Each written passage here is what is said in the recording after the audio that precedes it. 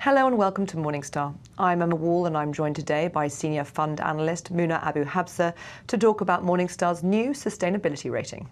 Hi Muna. Hi Emma. So what is the new Morningstar sustainability rating?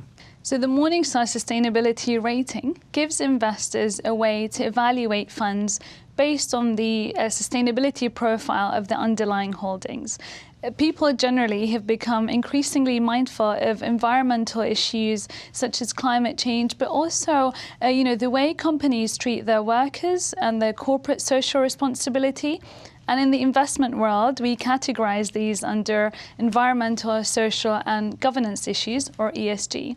So Morningstar is now giving investors a new way, or investors around the world, because this is a global initiative, so a new lens with which to evaluate how companies in a fund are managing their ESG risks and opportunities in order for them to make their money work in a way that's meaningful for them. So how does Morningstar calculate this new rating? Well, first, it's important to note that Morningstar has chosen to work with Sustainalytics, which is a global leader in sustainability research.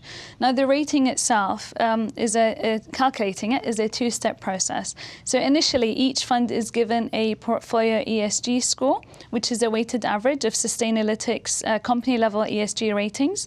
And then that score is reduced depending on companies' involvement in controversies. Now, the second step is the rating itself, which is the portfolio sustainability score for a fund relative to its Morningstar category. The calculation actually mirrors, or the distribution mirrors the one that's used for the Morningstar rating. So it's something that investors and our users are already familiar with. So the top 10% of funds in a given category will receive 5 globes, or a high rating. The highest accolade. The highest accolade, and the bottom 10% a lower rating and 1 globe. And how much interest is there in sustainability? A lot. There's a lot of interest both from the investor side, but also asset managers. So there's been a surge in demand for sustainable investments in recent years, yet there's been a lack of appropriate tools for investors to use in order to compare funds on sustainability in a consistent manner, at least.